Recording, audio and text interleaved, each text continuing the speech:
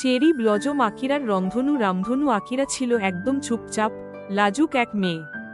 তার পৃথিবী ছিল খুব ছোট, স্কুল, বই আর জানালার পাশে বসে আকাশ দেখা। ছোটবেলা থেকেই সে আঁকতে ভালোবাসত, কিন্তু কেউ কখনো তার ছবি দেখে প্রশংসা করত না।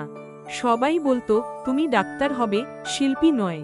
তাই আকিরা নিজের রঙগুলোকে বুকের ভেতর লুকিয়ে রাখত। একদিন স্কুলে এক নতুন ছেলে এলো, রেন। সে সবসময় হাসত, মজার কথা বলতো আর সবার বন্ধু হয়ে যেত। একদিন আকিরাকে একা বসে কাগজে কিছু আঁকতে দেখে রেন বলল, তুমি জানো, এই আঁকাগুলোতে আমি আলো দেখতে পাচ্ছি। আকিরা লজ্জা পেয়ে মাথা নিচু করল, কিন্তু রেনের সেই কথাগুলো যেন তার হৃদয়ে এক টুকরো রোদ ঢেলে দিল। এরপর থেকে তারা প্রতিদিন বিকেলে স্কুল শেষে নদীর ধারে বসে একসাথে আঁকত। রেন আকাশ আঁকত আর আকিরা আঁকত পৃথিবী। একদিন আকিরা সাহস করে তার আঁকা একটা ছবি স্কুলের আর্ট প্রদর্শনীতে জমা দিল।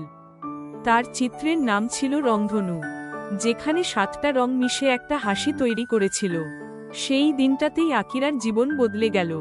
সে পুরস্কার না পেলেও সবার মুখে প্রশংসা শুনে বুঝল, রঙের মানে শুধু ক্যানভাস নয়, জীবনের ভেতরেও রং ছড়িয়ে দেওয়া যায়।